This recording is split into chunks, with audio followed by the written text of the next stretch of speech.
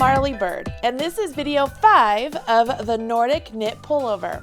This has been a 5-week video series to teach you everything you need to know to complete this beautiful stranded colorwork pullover. We've made this sweater from the bottom up, and by this week's video, you should be ready to complete the final portion of the sweater and graft together your underarms. Once that is complete, you'll be ready to wear this sweater out tomorrow. Let's go ahead and take a quick look at the pattern before we jump in. This is a free pattern available at yarnspirations.com, and let's go ahead and jump to page 3, which is where I left you after video number 4. So at the end of video 4, you finished this portion of your sweater, which was changing to larger needles and working this chart pattern. On this chart pattern, there also was a correction. We did go over that. And I talked to you about how you were going to start beginning to decrease down your stitches. By the time you start this video, you should have this number of stitches on your needle. And we are continuing on only with our main color, okay? For the following portion of this sweater, we're going to be working on our smaller set of needles. So you can work on your smaller set of double points, or if you have a shorter length cable needle you want to use, but it's the smaller size needle, you could absolutely do that.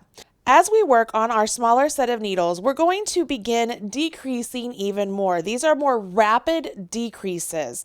And you do this every round, decreasing 8 stitches until you get down to this number of stitches, okay? On the following round, it tells you how many stitches you need to decrease depending on the size you're working on. But our ultimate goal here is to get to this number of stitches. Okay, that number of stitches there, that is what is around your collar, okay? Then you'll jump into a knit 1, purl 1 ribbing, and you work that ribbing till it measures about 1 inch. Then it says cast off in rib, and then we graft our underarms. So I know you already know how to do all of this. We've already talked about how to do decreases. We've talked about how to count our stitches. This is not anything new in our pattern, okay? When we come down here working in a knit 1, purl 1 ribbing, that's not anything new in our pattern either, but casting off in rib pattern is. So I want to talk to you about what it means by casting off in rib, or as it's referred to in other patterns, cast off or bind off in pattern. It simply means you're going to continue working whatever pattern you've established. In this example, it's a knit 1, purl 1. And as you get the 2 stitches on your right hand needle and the back stitch jumps over the front stitch, you bind off. So you're just maintaining your stitch pattern as you're working around and working your bind off as normal. Now I do have a small little rib piece here that is a 2x2 rib pattern, but it will give you a good idea of how you would bind off in pattern. Let's say I'm ready to bind off these stitches. Well, I'm looking at a knit stitch there. I would go ahead and I would knit that stitch. Looking at a knit stitch on the next one, I would go ahead and knit that stitch. Then I would have the first one I did jump up and over that second one. Okay, my next stitch here is a purl. So instead of knitting it as I would if you were doing just a regular old bind off, I'm going to purl that stitch, but I'm still going to have the back stitch jump up and over the front stitch. I actually like to move my yarn back to the back. It's just a personal preference. I think it looks better. Back stitch, jump up and over that front stitch and carry on. Next stitch is a purl. So I purl it. Again, it's personal preference. I like to move that stitch back, or my yarn, my working yarn back. But I have the back stitch jump over the front stitch.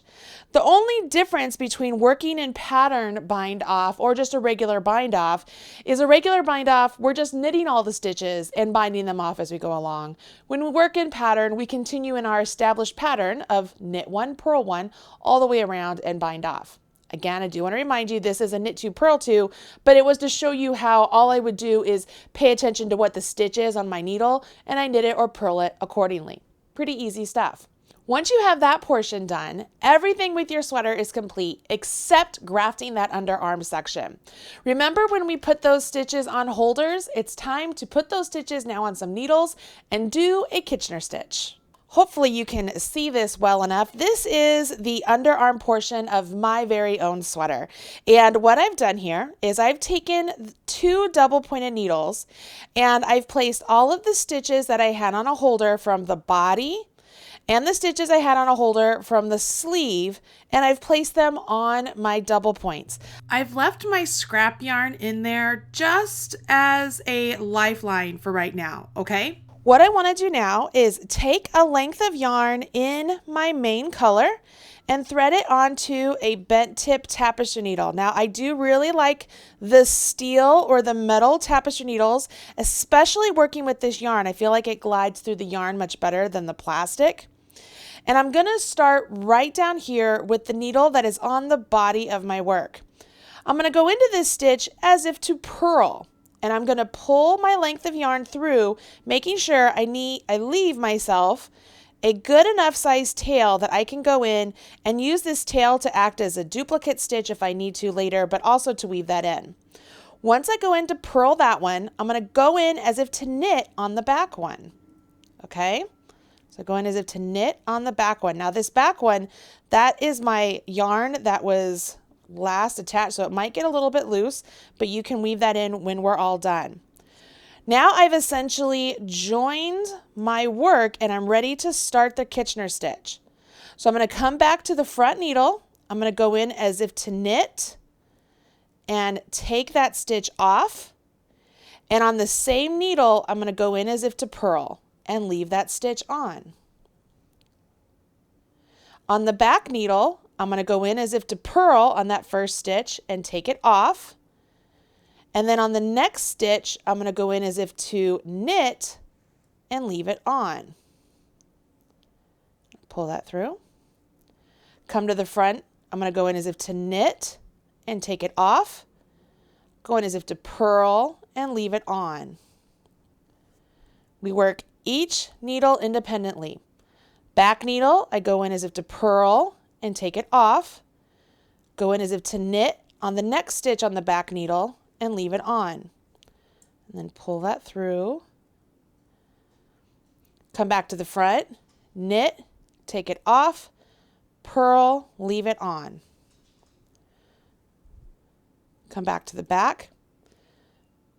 Let's see, purl, take it off, knit, leave it on. Knit, take it off, purl, leave it on. Purl, take it off, knit, leave it on. Knit, take it off, purl, leave it on. Purl, take it off, knit, leave it on. Knit, take it off, purl, leave it on. Purl, let's see here, purl, take it off, knit, leave it on. And we finish up with a knit, take it off, and purl, take it off. Okay, so now my needles are free. I can move those aside. And I did use my smaller DPNs to graft this together, but I want you to look at that. Can you see how nice that grafted together so seamlessly? It looks like it's just a basic knit stitch. You can see that my scrap yarn is still here holding those stitches. So if I had messed up, I could still rip out. It's no problem. Now all I do is take these ends here, and in the body of my work, see I have this big hole kind of going on here.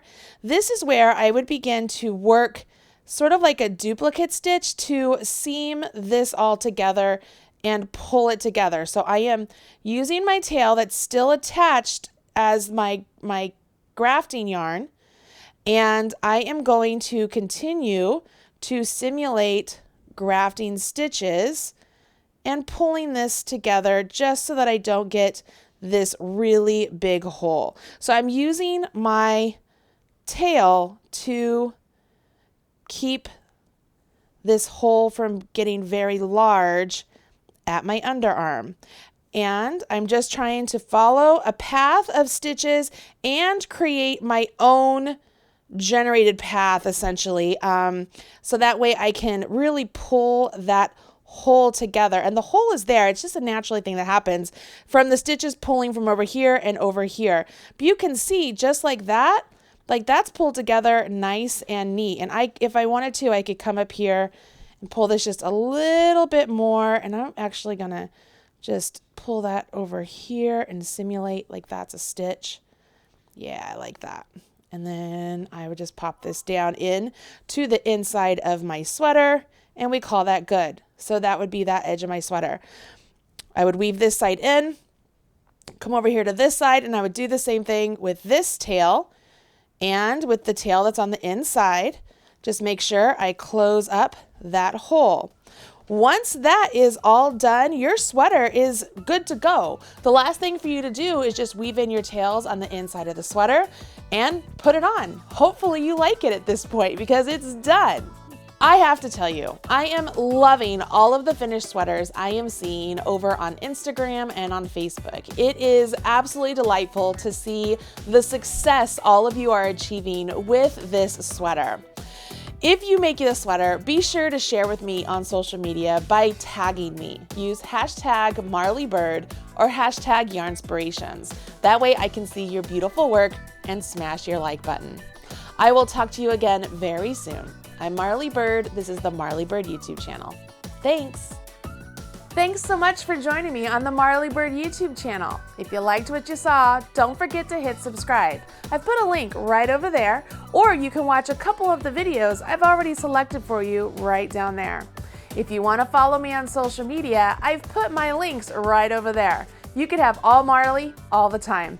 Bye guys.